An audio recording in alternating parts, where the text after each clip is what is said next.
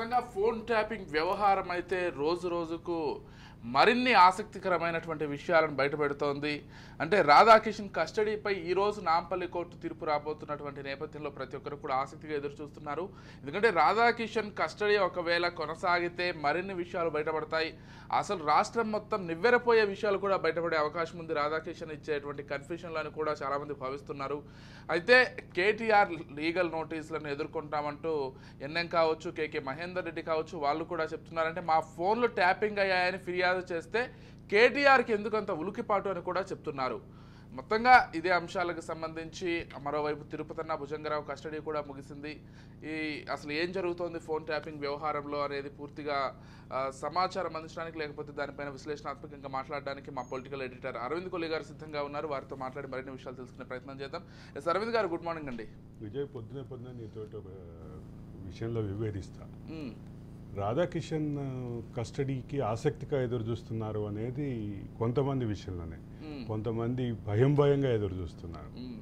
రాధాకిషన్ ఏం చెప్తాడు, రాధాకిషన్ వాస్తవాలు వెలువరిస్తే తమకెక్కడ చుట్టుకుంటుంది అనేటటువంటి భయం అయితే చాలా మందిలో వ్యక్తం అవుతుంది.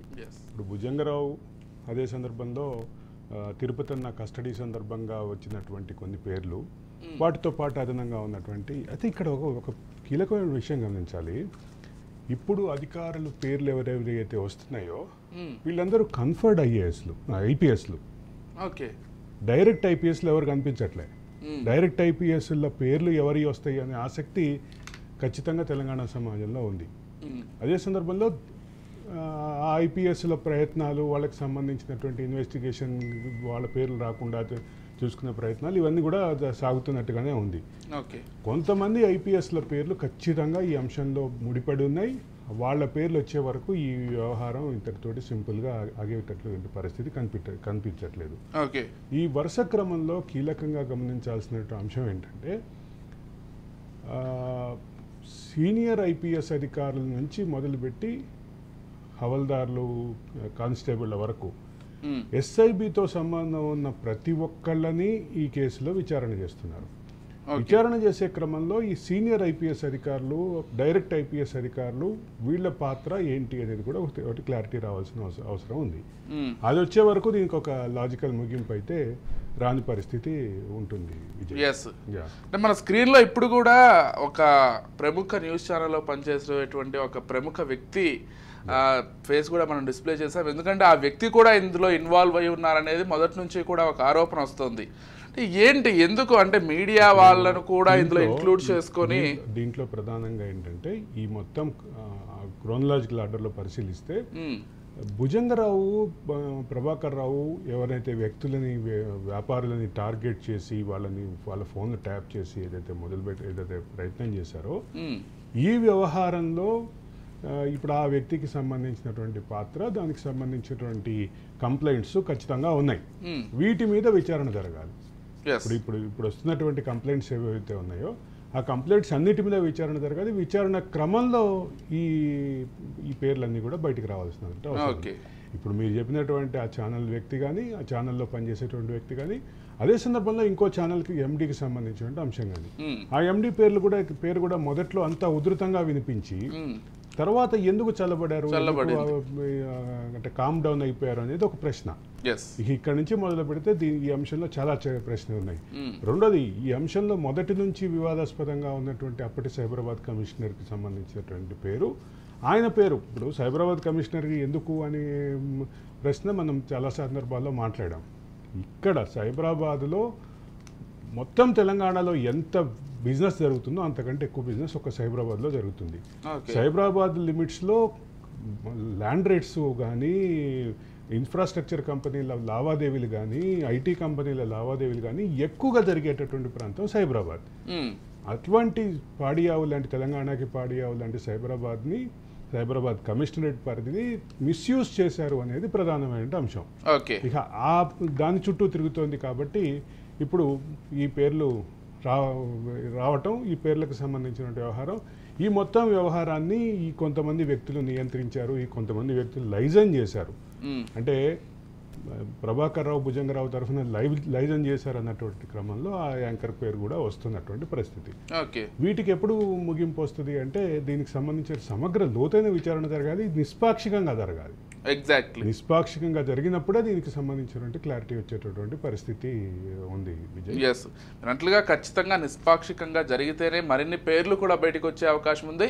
కొంతమంది తప్పించుకునే ప్రయత్నం కూడా చేస్తున్నట్లుగా తెలుస్తుంది. ఖచ్చితంగా వాళ్ళ పేర్లు కూడా బయటకు రావాల్సినటువంటి అవసరం ఉంది. అంటే ఇంకొక విషయం, ఏదైతే సీఎం రేవంత్ రెడ్డి కాసిం రజ్వీతో పోల్చినటువంటి ప్రభాకర్ రావు సంగతి ఏంటి, ఏం జరగబోతోంది ఆయన విషయంలో? ప్రభాకర్ రావు విషయంలో కొంత ఒక చిన్న ఊహాగానం వచ్చింది. ఆ ఊహాగానం ఆధారంగా మనం కూడా నిజంగానే వస్తున్నారు అనేటటువంటి పిక్చరు మొత్తం తెలంగాణ సమాజానికి క్యారీ అయింది. బట్ ఆయన అయితే అక్కడి నుంచి కదలలేదు, కదిలినట్టుగా మనకైతే సమాచారం అందట్లేదు. ఆయన అక్కడే ఉన్నారు అంటున్నారు. బట్ ఎలక్ట్రానిక్ ఫామ్ లో నోటీసులు అయితే అందినవి అనేది నాకున్నటువంటి క్లియర్ సమాచారం. నాకు కొంతమంది మిత్రులు చెప్పినటువంటి అంశం ఏంటంటే ఆయనకి ఎలక్ట్రానిక్ ఫామ్ లో 160 నోటీసు సంథింగ్, అంటే విచారణకు రమ్మనేటటువంటి నోటీస్ ఏదైతే ఉందో ఆ నోటీస్ అయితే ఆయనకు అందజేసినట్లుగా మనకైతే సమాచారం ఉంది. అదే విషయం ఇవాళ రేపు బహుశా కోర్టులో కూడా వేసేటటువంటి పరిస్థితి ఉంది. నోటీసులు సర్వ్ చేసాం, ఆయన రావట్లేదు కాబట్టి ఆయన మీద వారెంట్ ఇవ్వమని చెప్పేసి పిలిచేటటువంటి అవకాశం అయితే ఉంది. వారెంట్ కూడా మళ్ళీ ఆయనకి వారెంట్ కూడా ఈ ఫామ్లో సబ్మిట్ చేసేటువంటి అవకాశం ఉంది. కానీ ఇక్కడ తప్పించుకోవటానికి ఉన్నటువంటి అవకాశాలు, విచారణని ఎదుర్కోకుండా అవాయిడ్ చేయడానికి ఉన్న అవకాశాలు, ప్రతి అవకాశాలని వాడుకునే క్రమంలో ఒక పక్కన ప్రభాకర్ రావు ఉంటారు, దాన్ని ఛేదించడానికి వీళ్ళు చేసే ప్రయత్నాలు కూడా వీళ్ళు చేస్తున్నారు. రైట్, చూద్దామంటే ఇప్పుడు కాకపోయినా రేపైనా రావాల్సిందే. పోల్చటం ద్వారా ఈ కేసులో ఆయన పాత్ర, అదే సందర్భంలో ఆయన మొత్తం తెలంగాణ సమాజానికి ఏ రకమైనటువంటి, అంటే కేసీఆర్ ఫ్యామిలీని కేసీఆర్ పార్టీని నిలబెట్టడానికి ఆయన తెలంగాణ సమాజానికి ఎట్లా నష్టం చేశారు అనేటటువంటిది ఆ ఇంటెన్సిటీని, ఆ ఫోర్స్ని రేవంత్ రెడ్డి చెప్పినట్టుగానే భావించాలి. ఒక పక్కన నయా నిజాం అంటూ కేసీఆర్ని పోల్చి నయా నిజాంకి కాసిం రజ్వీ అని చెప్పి ఆయనని పోల్చడం ద్వారా రెండింటి విషయంలో క్లారిటీ ఇచ్చేసినట్టుగానే రేవంత్ రెడ్డి క్లారిటీ ఇచ్చేసినట్టుగా భావించాలి. రేవంత్ రెడ్డి చెప్పినటువంటి ఫోర్స్ ప్రకారం చూస్తే ఇప్పుడు కాదు, ఎన్నికల ముందు కూడా ప్రభాకర్ రావును ఉద్దేశించి చాలా తీవ్రమైనటువంటి పదజాలంతో మాట్లాడినటువంటి సందర్భం ఉంది. కాబట్టి ప్రభుత్వం అంత ఇబ్బందులు ఎదుర్కొన్నారు కాబట్టి వ్యాఖ్యలు, ప్రభుత్వం యొక్క చిత్తశుద్ధి కానీ ప్రభుత్వం యొక్క ఇంటిగ్రిటీని కానీ ఇక్కడ ప్రశ్నించాల్సిన అవసరం లేదు. కొంతవరకు తెలంగాణ పోలీసుల మీద కూడా ఎక్కడంటే, అంటే ఒక చిన్న అనుమానం ఏంటంటే అందరూ కన్ఫర్డ్ ఐపీఎస్లే వస్తున్నారు తప్ప డైరెక్ట్ ఐపీఎస్ల దాని పాత్ర లేదని చెప్పే పరిస్థితి లేదు. దాన్ని ఎందుకు రానివ్వట్లేదు, ఎందుకు బయటికి రావట్లేదు ఇచ్చారు అనేది ఒక చర్చనీయాంశం. డెఫినెట్గా ప్రతి ఒక్కరి పేరు బయటికి రావాల్సిందే. ఇందులో ఎవరైతే పార్టిసిపేట్ చేసి కొంతమందిని ఇబ్బంది పెట్టారో, అది వ్యాపారస్తుల్ని కావచ్చు, లేకపోతే రాజకీయ నాయకుల్ని కావచ్చు, లేకపోతే సినీ వ్యక్తుల్ని కావచ్చు, వాళ్ళందరి పేర్లు బయటికి రావాల్సిందే. ప్రతి ఒక్కరూ కూడా శిక్షార్హులనే చెప్పుకోవాలి.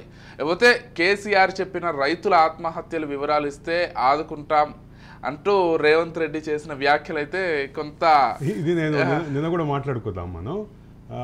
అంటే రైతు ఆత్మహత్యల మీద పనిచేసేటటువంటి కొన్ని స్వచ్ఛంద సంస్థలు ఉన్నాయి. ఆ రైతు ఆత్మహత్యల మీద పనిచేసే స్వచ్ఛంద సంస్థలు పార్లమెంట్ ఎన్నికలకు, అసెంబ్లీ ఎన్నికలకు ముందు ఈ రకమైనటువంటి డేటా, రియల్ డేటా, వాళ్ళ ఒక ఎనాలిసిస్ డేటా ఇస్తే వాళ్ళది ఉరికిచ్చి కొడతామని పల్లారాజేశ్వర రెడ్డి వ్యాఖ్యానించినటువంటి విషయం కూడా ఒకటి సర్క్యులేషన్లో ఉంది. అంటే వాస్తవాలు, అంటే సామాజిక కార్యకర్తలు మాట్లాడినప్పుడేమో తీవ్రమైనటువంటి పదజాలంతో విమర్శించారు. ఈరోజు వాళ్ళు ఏమంటున్నారంటే, అయ్యా మీ దగ్గర 200 ఉంది అంటున్నారు కదా, మా దగ్గర ఉన్న 64 డేటా ఇది, ఈ 64 డేటా కాకుండా మిగతా వాళ్ళు ఎవరు అని చెప్పి వాళ్ళు అడుగుతున్నారు. వాళ్ళే అట్లా అడుగుతున్నప్పుడు ఇక ప్రభుత్వం నుంచి చాలా క్లియర్గా ఆ 200 మంది లిస్ట్ ఇవ్వు, నేను మొత్తం అందరికీ పరిహారం పంపించేటటువంటి ఏర్పాటు చేస్తాను అని రేవంత్ రెడ్డి కౌంటర్ ఇచ్చారు.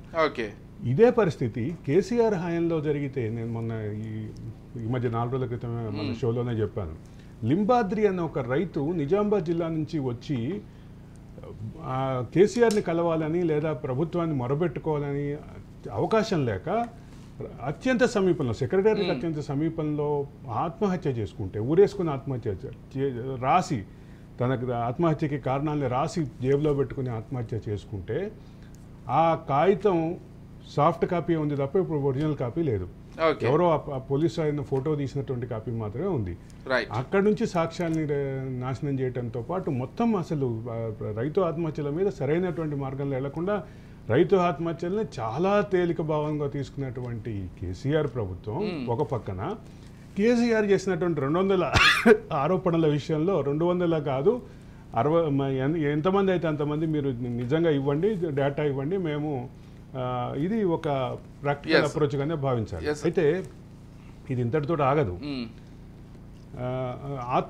రైతు ఆత్మహత్యల నిర్ధారణకు 3-man కమిటీ ఉంటుంది. ఒక agriculture officer, RDO, police officer, DSP, RDO ప్రతి డివిజన్ పరిధిలో ఈ కమిటీ ఉంటుంది. ఒక ఆర్డీఓ, అంటే ఆ concern RDO, concern DSP, concern agriculture officer, ఈ ముగ్గురుతో ఉన్నటువంటి కమిటీ ఉంటుంది. ఈ కమిటీ నిర్ధారిస్తుంది అది ఆ రైతు ఆత్మహత్యనా లేదంటే డొమెస్టిక్ కారణాలతో ఆత్మహత్యనా, లవ్ ఫెయిల్యూర్ ఆత్మహత్యనా, ఇంకోట అన్న విషయం ఈ కమిటీ నిర్ణయించాలి. అప్పుడు లింబాద్రి ఆత్మహత్య సందర్భంగా కూడా అదే చర్చ వచ్చింది. అసలు నిర్ణయించాల్సినటువంటి త్రిసభ్య సంఘాన్ని వదిలేసి ముఖ్యమంత్రి ఇక్కడ కూర్చొనో లేదంటే మరో మంత్రి ఇక్కడ కూర్చొనో అది ఆత్మహత్య జరిగింది ఆ కారణంతో కాదు, గొడవ పెట్టుకున్నారు, ఇంకొక కారణం పెట్టుకున్నారు, ఇంకొక కారణం, ఇట్లాంటి ఫన్నీ రీజన్స్ చెప్పినటువంటి ఒక 6-7 ఘటనలను చూసి దీని మీద కొంతమంది రైతు ఉద్యమకారులు హైకోర్టు కూడా వెళ్ళారు. అది వేరే సబ్జెక్ట్. కానీ ఇక్కడ ఏంటంటే రైతుల ఎందుకు గుర్తొచ్చారు అంటే నేను మొన్న మాట్లాడిందే మళ్ళీ మాట్లాడుకోవాలి. కేసీఆర్ తన పార్టీ ఫామ్ కోల్పోయింది కాబట్టి ఆ పార్టీని ఫామ్లోకి తెచ్చుకోవటం కోసం ఫామ్ హౌస్ నుంచి బయటకు వచ్చి ఫామ్ల బాట పట్టాడు. ఇది తెలంగాణ రాజకీయాల్లో కొత్త మలుపు. ఇన్నాళ్ళు ప్రతిపక్షం లేదు అని మనం బాధపడుతుంటే నేనున్న ప్రతిపక్షం అని చెప్పి మనలాంటి వాళ్ళకి భరోసా ఇవ్వడానికి ఆయన బండికి వచ్చినట్టుగా భావించారు. కాకపోతే ఇందాక ఏదైతే ఫోన్ ట్యాపింగ్ వ్యవహారం మాట్లాడుతూ నేను ఒక విషయాన్ని ప్రస్తావించడం మర్చిపోయాను. భుజంగరావు తోటి సాంబశివరావుకు కొంత సానుకూల సంబంధాలు ఉన్నాయి, లేకపోతే వాళ్ళిద్దరి మధ్య కొంత సంబంధాలు ఉన్నాయనేటువంటి ఒక చర్చ కూడా నడుస్తోంది. ఆ విషయం మీ దగ్గర ప్రస్తావిద్దాం అనుకున్నాను ఇందాక. అంటే భుజంగరావుకి సంబంధించినటువంటి అంశంలో భుజంగరావు అండ్ ప్రభాకర్ రావుకి ఈ పర్టికులర్ వ్యక్తి సాంబశివరావుకి సంబంధించినటువంటి ఈయన లైజన్ ఏజెంట్గా పనిచేశాడు. అంటే వ్యక్తులని, కార్పొరేట్ సంస్థల్ని, రియల్ ఎస్టేట్ సంస్థల్ని, ఇట్లాంటి వాళ్ళ దగ్గరికి తీసుకెళ్లే లైజన్ పబ్లిక్ రిలేషన్స్ వర్క్ లాంటిది, పిఆర్ వర్క్ లాగా, లైజన్ వర్క్ లాగా చేశారు అని కొన్ని ఆరోపణలు ఉన్నాయి. దాని మీద మనమైతే ఆరోపణలు అందాం కాసేపు, కానీ పోలీసులు దాన్ని నిగ్గు తేల్చాలి కదా. పోలీసులు దానికి క్లారిటీ ఇవ్వాలి కదా. నిజంగానే భుజంగరావు కాల్ లిస్టులో సాంబశివరావు ఉన్నాడు అని మనం చెప్తున్నాం, కానీ నిజంగానే సాంబశివరావు భుజంగరావు కాల్ లిస్టులో ఉన్నాడా, ప్రభాకర్ రావు కాల్ లిస్టులో ఉన్నాడా, ప్రభాకర్ రావుకి భుజంగరావుకి వాళ్ళిద్దరితో పాటు సాంబశివరావు ఎన్నిసార్లు మాట్లాడారు, సాంబశివరావుతో వీళ్ళు ఎన్నిసార్లు మాట్లాడారు, దీంతో పాటు రాధాకిషన్ రావుకి సాంబశివరావుకి ఉన్నటువంటి సంబంధాలు ఏంటి, ఇవన్నీ కూడా చర్చనీయాంశాలే. వీటి విషయంలో దిగ్గు తేల్చాల్సింది మనం కాదు కదా, పోలీస్ శాఖ నిగ్గు తేల్చాలి. పోలీస్ శాఖ నిగ్గు తేల్చాలి అంటే పోలీస్ శాఖకి సంబంధించినటువంటి, నేను ఇందాక అదే చెప్తున్నా, తెలంగాణ పోలీసులకి సంబంధించిన ఇంటిగ్రిటీ మీద కొంత అనుమానాలు తప్ప ప్రధానమైనటువంటి అనుమానాలంతా ఈ లోకల్ పోలీసులకు సంబంధించినటువంటి ఈ సిట్ మీద కానీ, అదే సందర్భంలో పంజాగుట్ట పోలీసుల మీద కానీ, అంటే సుమారు 7-8 కంప్లైంట్లు వచ్చినాయని బయట ఉన్నటువంటి ప్రచారం. ఇన్ని కంప్లైంట్లు వచ్చినాయనేటువంటి అంశంలో ఈ కంప్లైంట్ల మీద ఎందుకు విచారణ చేయట్లేదు అనేది ప్రధానమైన అంశం.